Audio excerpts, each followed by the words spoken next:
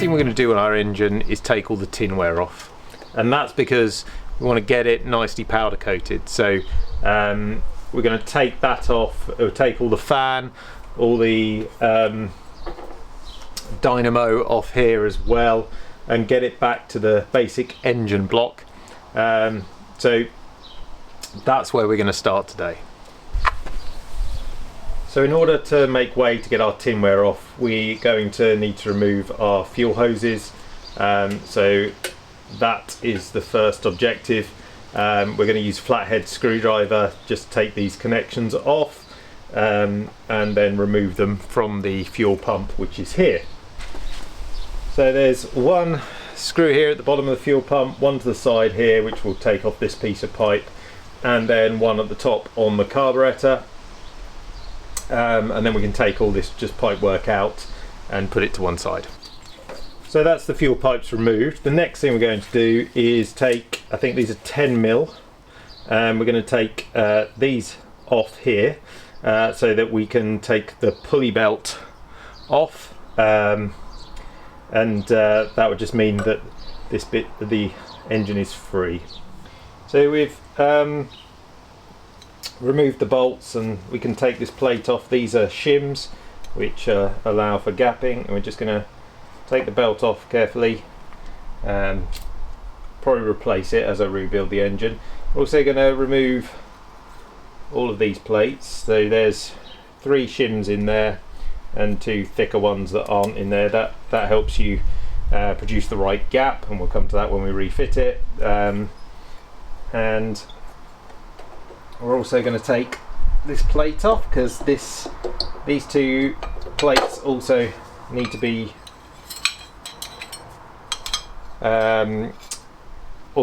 sent to the powder coaters. So we're going to put those to one side. For now I'm going to put these bits in the order they were on back on the dynamo, so we don't lose them.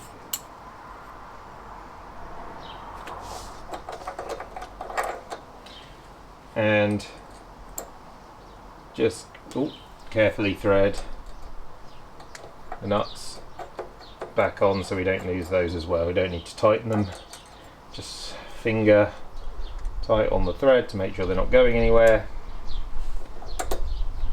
It's a bit stiff, turning it around. There we go, it's on easier. And then the final one. Okay, so we're ready to start taking some of this tinware off. This has already been disconnected from the distributor. There's a little clip on here which just lifts up, and the accelerator cable pulls out from it. And then to take this top bit of tinware off, we've got 1, 2, 3, 4, 5, 6, 7, 8 on the other side bolts with little nuts on them. They're all 10mm. We also have 1, 2, 3 here along the top, holding it against the head of the engine, and we've got 1, 2 either side.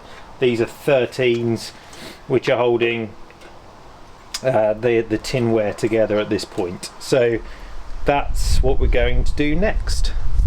So the way I tend to like to do this is with, you can do it with a ratchet and a spanner, 10mm ratchet and spanner, one on top, one on the bottom. I tend to like to do it with 2 ratchets. I've got a power ratchet here which is air line fed, just to make it quicker. You don't have to do that, you can use a normal hand ratchet, but that's how I tend to do these. So I just literally put one on top of the other and just take that out.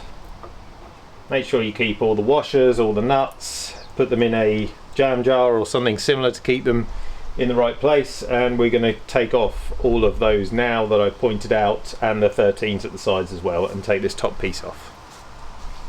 So we've undone all those bolts really quickly there, and this should just lift out now, which it does. So just quite clean, but we are going to have it powder coated to make sure it's all nice and fresh before putting it back on the engine. So the top's off. To get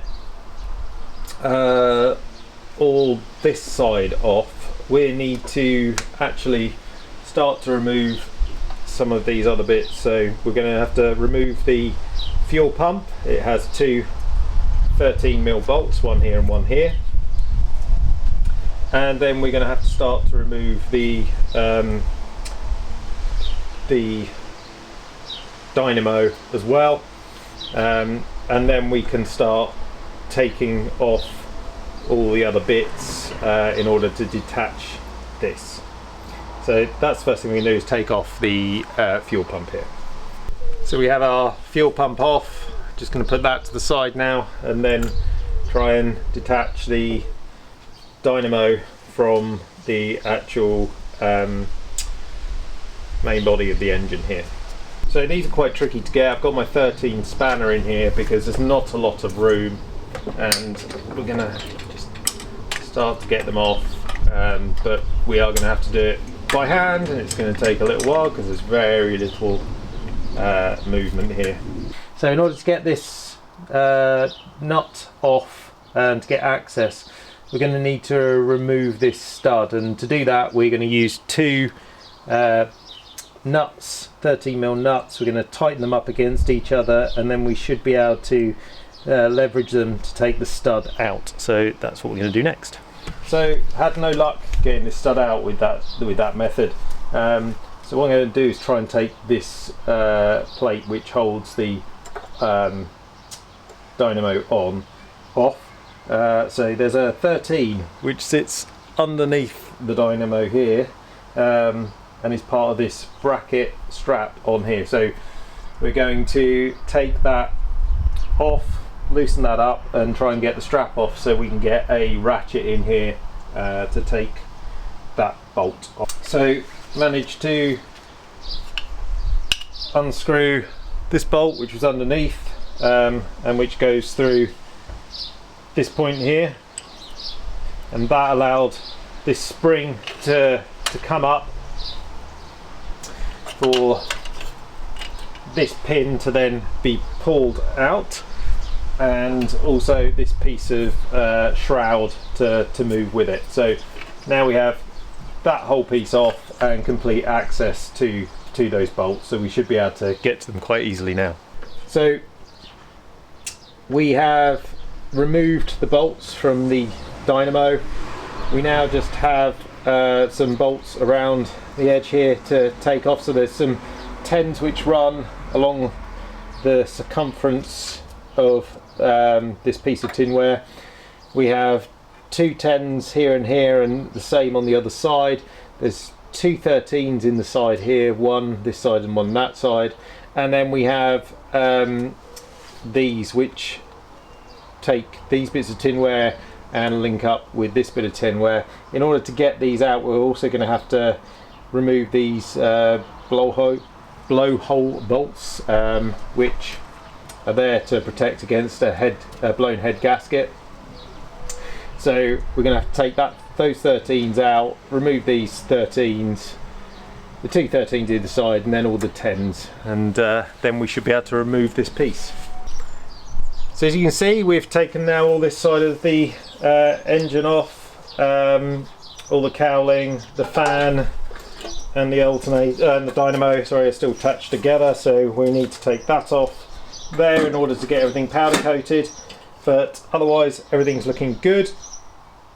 Our next step is to take off the rocker cover and this piece of side cowling here, and then we'll get it on an engine stand so we can take off the sump, and then we can get all our tinware off to the powder coater.